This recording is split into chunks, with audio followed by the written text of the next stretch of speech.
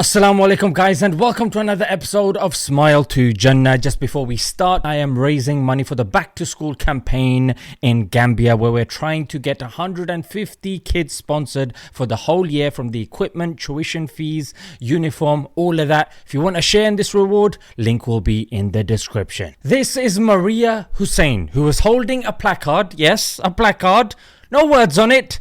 Just a picture of a coconut tree and a few coconuts on the floor, two of them being Rishi Sunak and Suella Braverman. She was holding this satirically, of course, at a pro-Palestine march, and lo and behold, she was arrested. Now, there were no words there, yeah? So it's not even a concept of freedom of speech. But it really does beg the question. First, it's the watermelons. Next, it's the coconuts. What next? Strawberries? Oh, Mama, no! So she was charged with, and let's get this accurate, racially aggravated public order offence. Which, in fancy terms, I think is just their way of saying, yeah, we thought it was racist. So just today in the morning, there was a protest held outside the magistrate's court, in which you had the organisation called Cage that were present amongst other protesters. And Cage being Cage, obviously they know the system. That's why they help people that have been wrongly accused of terrorism and provide the legal advice and the likes. Before they had protested, they asked the police, is holding the coconut banner, and they've added something at the top saying this is satire. They asked them, can you tell us if it's an offence to hold it up? The police said, we can't confirm nor deny. This is according to Cage, and they said, we think it might be. Now, I don't know about you, but that's enough of a green light for anyone to say, you know what, the law is ambiguous on this. They're discussing this in the court. It should be okay. But 5 of them were arrested. As you guys can see, not only are the arrests of the people taking place, and the coconuts on the floor are being arrested, taken as evidence, or to be enjoyed as a cooling summer snack.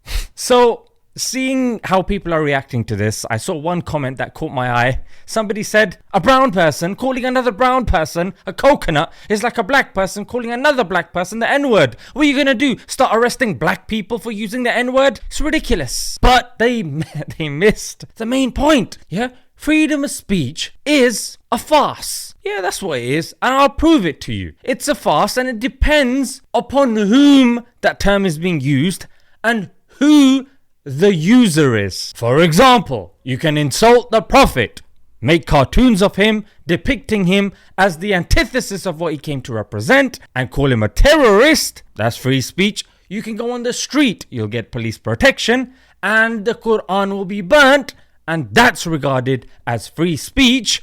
And you might be thinking that happened in Sweden and here and there, but what's that got to do with the UK? Well, countries did get together, and the UN was to pass a resolution, and the part of the resolution, let me read it out, was to prosecute acts of religious hatred that constitute discrimination, hostility and violence, which makes sense. But UK was amongst the countries that said, that infringes on free speech.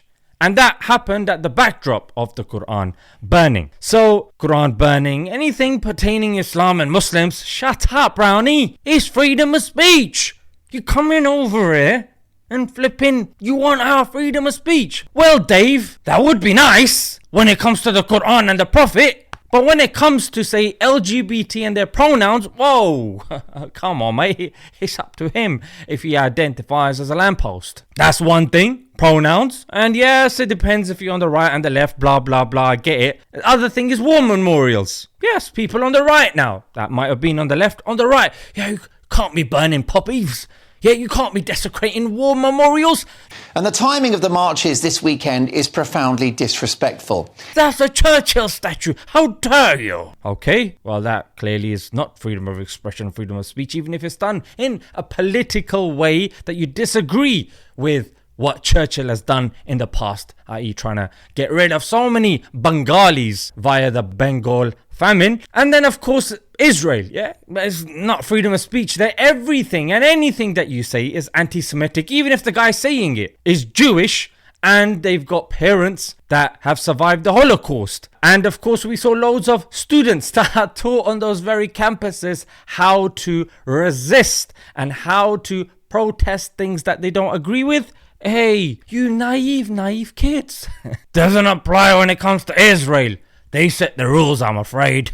I know what it says in your textbook and in your lecture notes, but this is the real world, kids. And the other thing, of course, is if you're anti-state, as we saw over here.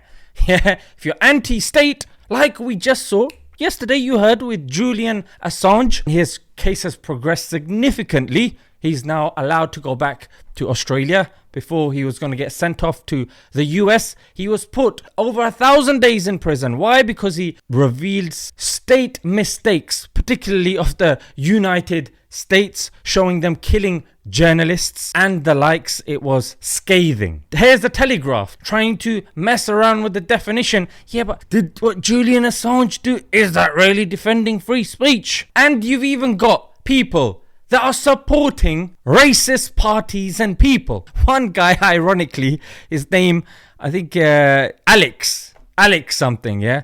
He's one of the presenters or one of the guys on GB News. It's a pathetic channel, absolute pathetic, yeah? Showcases so much violent Islamophobia. He's a reform supporter and he's a supporter of Lee Anderson. You know Lee Anderson, let me give you a quote of Lee Anderson. Lee Anderson said, Islamists got control of the London mayor. This is Rishi, mate. Yeah, even Rishi Sunak was like, that's not right. It's like you're labeling all of them as Islamists. Rishi Sunak, the guy who, when the BBC, which is a state-funded channel, yes, state-funded, they released a 2-part documentary critiquing Modi, the Prime Minister of India. Modi got it banned via YouTube, via Twitter, and they started going ham on the BBC. Zip from Rishi Sunak. In fact, he defended Modi, the butcher of Gujarat, saying, yeah, I don't agree with what was said about Modi. Hang on a minute. What's going on in India? In India, that's ranked very low when it comes to press freedom. And they started storming the BBC offices saying, tax evasion. Oh, yes, tax evasion. Flipping bullying them. But good old Rishi here, defending free speech. Yeah, let's go to his tweet. He said, freedom of speech is the most important feature of our democracy. Yes, but he can't even speak out. He's Indian. Do you know that? Indian. He's not going to get voted again. Of course, he wasn't voted in the first place. Ironically, seen as he's talking about democracy and people then get to decide if he should rule them or not. And another example, of course, was of Frank Hester, contributor, a very large contributor to the Conservative Party. He said, looking at Diane Abbott, the black lady in Labour, makes you want to hate all black people. Apparently that's okay. Yeah, Lee Anderson's statement is okay. What an absolute joke. In fact, this happened during a pro-Palestinian march. And I've said this before, but I want to reiterate it. Israel is calling in so many favors. People are bending backwards to defend Israel to such a degree that they are sacrificing their own values. And Britain, we know, even though it doesn't live up to it, it did have some level of, freedom of speech. But when it comes to the pro-Palestinian marches, there's been no allowance. Yeah, when it comes to these Israelis and what they've pulled in the UK and the US, it's embarrassing. They're embarrassing such countries. That's what they're doing. And it just exposes more and more. It gives us more and more case studies and content in case somebody comes up to us and dares to use such arguments against us again. That's why it's important that we read, educate ourselves. Let's leave it there, guys. Until next time. Assalamu alaikum.